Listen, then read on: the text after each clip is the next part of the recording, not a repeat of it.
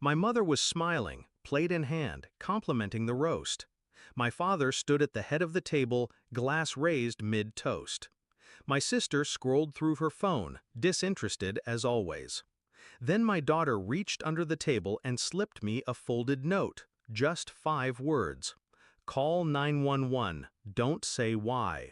She was pale, lips tight, breathing shallow. I didn't panic, I watched. Then I reached into my pocket, pressed the emergency shortcut on my phone, and slid it into my lap, connected, recording, silent. 17 minutes later, my parents were panicking, exactly as planned. People think evil comes loud, but in my family, it dressed in pearls and cardigans, smiled at church, hosted game nights, taught me to never talk back, especially not about bruises. They called it discipline. I called it fear. When I had my daughter, I swore she'd never flinch at the sound of footsteps in the hall. So when we moved in for just a few weeks after my divorce, I watched closely. She stayed quiet at first, too quiet. Her light dimmed. She flinched at my mother's voice, tensed every time my father entered the room. Then came the accidents, the burnt wrist, the missing school books, the sudden tears behind closed doors. When I asked, she shook her head.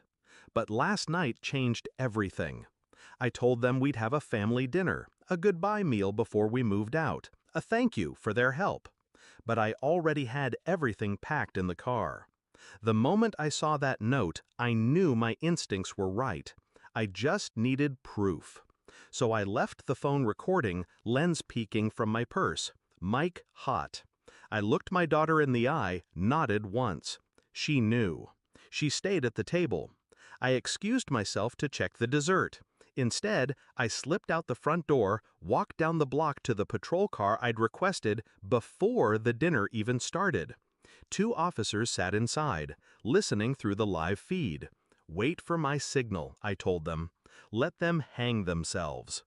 Inside, I returned to the table. My father was telling a story about his childhood. My mother laughed in all the right places. Then my sister chimed in with something cruel about my parenting, about how soft I'd become.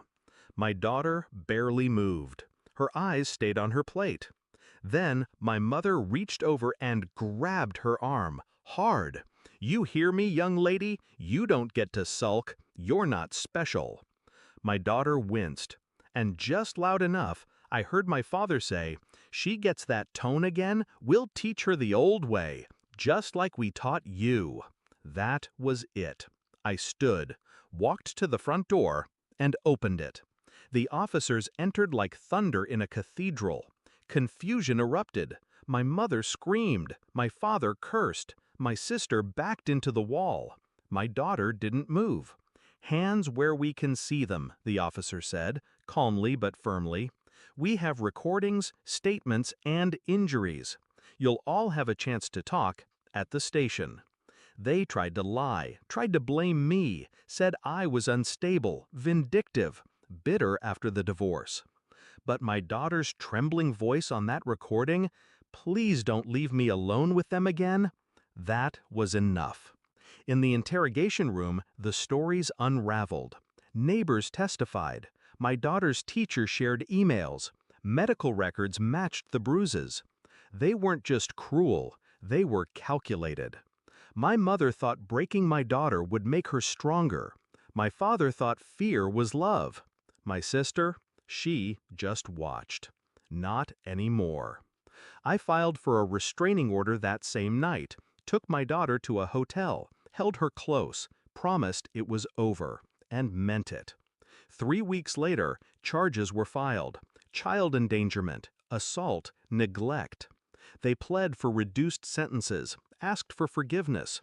But I'd spent years swallowing silence. This time, I made them choke on the truth. Now, we live in a small apartment across town. It's quiet, safe, ours. She laughs again, paints, sleeps through the night. Her light is coming back. And every time I see it, I remember that note under the table, and how 5 words saved us both. Final thought? Sometimes justice doesn't come with sirens.